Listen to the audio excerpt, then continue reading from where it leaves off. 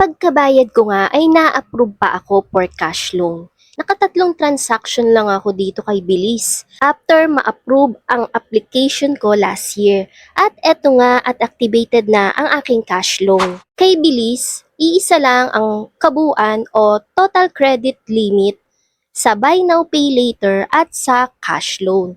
So meron na ako ditong nagamit na 661 kaya ang aking available balance ay 9,339. Click cash loan.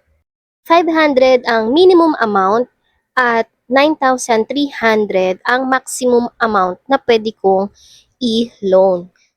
Maglo-loan ako ng 5,000 for 3 months. Nakalagay dito, get it instantly or up to 1 banking day.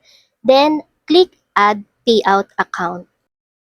Add bank accounts or wallets to claim cash loan.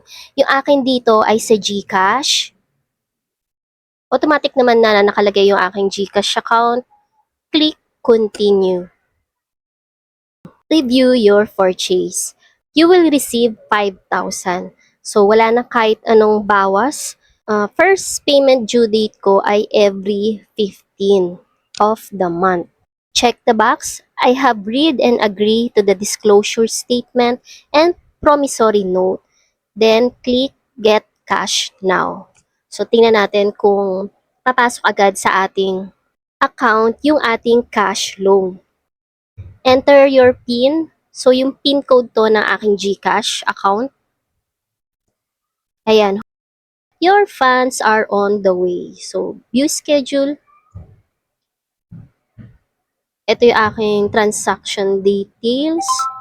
At naka-receive na ako ng message from GCash. And you have received 5,000 pesos. So, tingnan natin yung ating GCash.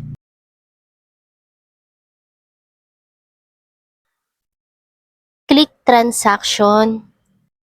Ito yun, you have received 5,000. Date and time, March 19 at 8:47 a.m. Siyempre, kakash out na natin yan agad-agad.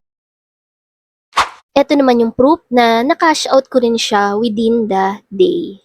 Na-receive ko at 8:47 a.m. at kinash out ko ng 8:59 a.m. Sa computation naman, ang cash loan ko ay 5,000 at ang interest rate daw ay 3.49%.